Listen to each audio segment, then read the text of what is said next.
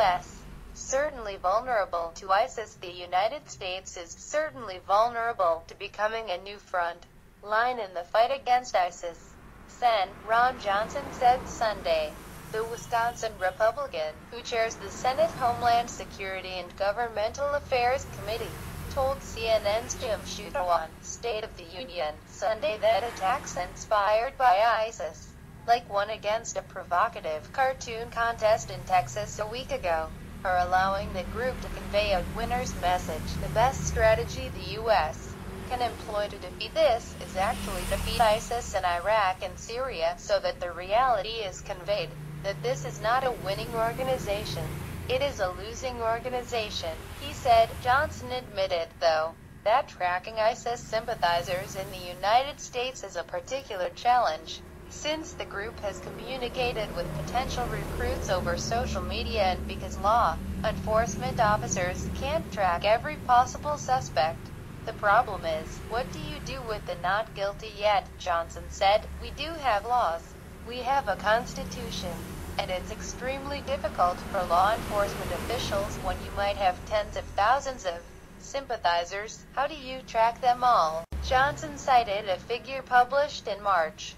There are about 46,000, though maybe as many as 90,000, Twitter accounts that support ISIS. Now, Twitter is starting to shut those things down, Johnson said. But just consider maybe 90,000 people drawn to this barbaric ideology. So we have got a very large haystack. We're looking for a needle in it. Brett McGurk, the U.S. envoy for the Global Coalition to Counter ISIL, said 22,000 foreigners have joined the terror group's ranks in Iraq and Syria. Of those, McGurk said, 3,700 are from Western nations, and 180 Americans have sought to join the organization. 15 of those Americans have been charged with supporting ISIS, the ISIS terror threat long term. We are going to degrade and defeat this organization. But we have been clear from day one it's going to take a long time, McGurk said.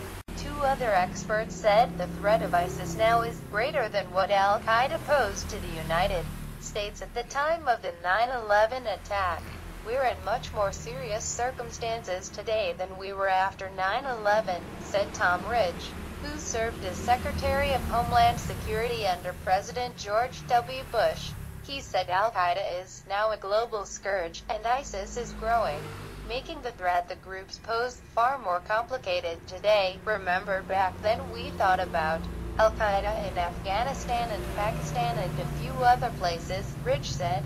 Well, we've seen al-Qaeda metastasize. It is now a global scourge. And you have the ascendancy of ISIL.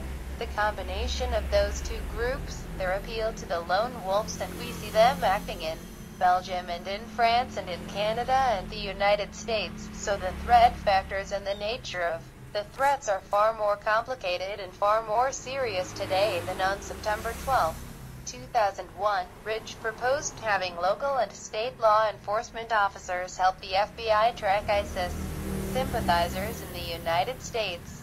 Mike Rogers, the Michigan Republican and former House Intelligence Committee chairman, said the FBI can't do any more to track ISIS sympathizers in the United States. If you treat this as a law enforcement issue that you're going to deal with, we are going to lose, and we're going to lose badly, he said. Homeland Security Secretary Jay Johnson said on ABC's This Week that he's asking community leaders in meetings what they're doing to counter the narrative of ISIS, which he said is a slick. It is effective. Pushing back against that message, Johnson said, has to come from within the community. It has to come from Islamic leaders, who frankly can talk the language better than the federal government can, Johnson said. And so when I meet with community leaders, Islamic leaders, that's one of the things that we urge them to do. He said, some have begun it. We've seen some good progress, but there is a lot more that can be done.